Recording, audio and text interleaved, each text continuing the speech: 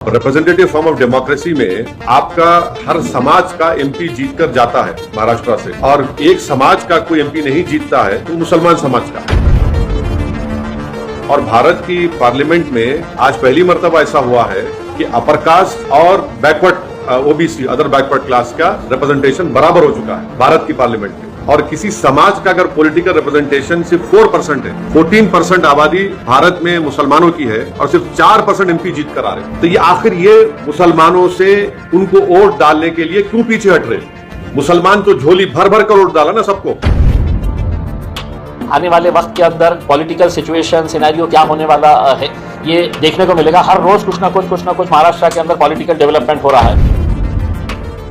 कुछ दिन पहले मनोज जरांगे जी ने कहा था कि महाराष्ट्र में मुस्लिम, दलित और बाकी जो पिछड़े वर्ग है उनको साथ लेकर महाराष्ट्र के आने वाले चुनाव वो लड़ने वाले हैं। तो एमआईएम इसके बारे में क्या सोचती है, क्या सोच है मनोज जरांगे जी के इस पर्याय के बारे में? वो इसे वर्किंग प्रेसिडेंट है बोल। नहीं, देखिए, एमआईएम को भले ही आप एक अलग नज़रिए से देखते हैं, लेकिन हम ऐसा कास्ट बेसिस के ऊपर कि ये जाति के लोगों के साथ में मिलकर हम इलेक्शन लड़े। हमारे पास आज के दिन है तो अलग अलग जाति, धर्म और मज़हब के लोग जो है वो एमआईएम के साथ जुड़ रहे हैं। तो जरांगे पाटिल साहब ने जो कहा है आने वाले वक्त के अंदर पॉलिटिकल सिचुएशन सिनेरियो क्या होने वाला है ये देखने को मिलेगा। हर रोज कुछ ना कुछ महाराष्ट्र के अंदर पॉलिटिकल डेवलपमेंट हो रहा है। आज जो एक पार्टी के अंदर है वो रात होए तक दूसरी पार्टी में चले जाता है, सुबह होए तक तीसरी पार्टी में चले जाता है। तो अगले कुछ दिनों के अंदर बहुत कुछ बदलाव आने वाला है। उसके बाद डिसीजन लिया जाएगा अगर किसी को साथ में लेकर चलना है तो। एक सेकंड, ये सवाल का जवाब। इनका जो सवाल था ऐसा है ना कि मैं हमारे जरांगे साहब की बड़ी इज्जत करता हूं और मैं उनको मुबारकबाद भी देता हूं कि उनके इस आंदोलन की वजह से 8 मराठा एमपीज कामयाब हुए मराठवाड़ा में, और महाराष्ट्र में एक भी मुसलमान एमपी नहीं है। महाराष्ट्र में ओबीसी समाज के एमपी जीत कर आए मगर एक भी मुसलमान एमपी नहीं जीता। तो ये भारत की जो हमारी जमहूरियत है, हम ये दावा करते कि हमारी जमहूरियत, हमारी लोकशाही जो है वो एक रिप्रेजेंटेटिव फॉर्म ऑफ डेमोक्रेसी है। अब रिप्रेजेंटेटिव फॉर्म ऑफ डेमोक्रेसी में आपका हर समाज का एमपी जीतकर जाता है महाराष्ट्र से, और एक समाज का कोई एमपी नहीं जीतता है तो मुसलमान समाज का है।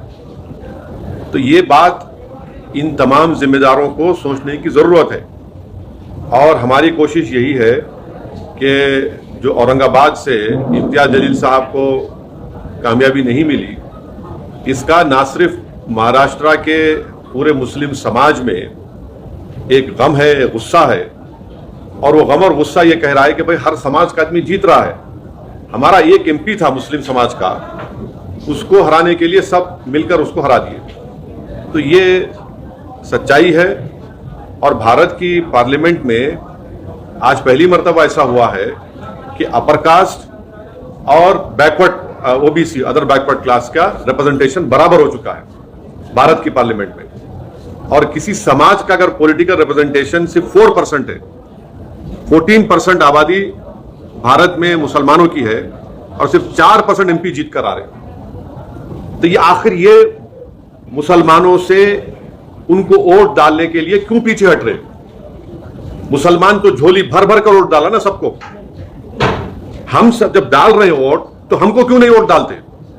तो ये सवाल मेरा ये तमाम पॉलिटिकल पार्टी से, ये तमाम लीडर से, और ये सवाल मुसलमानों को भी सोचना है।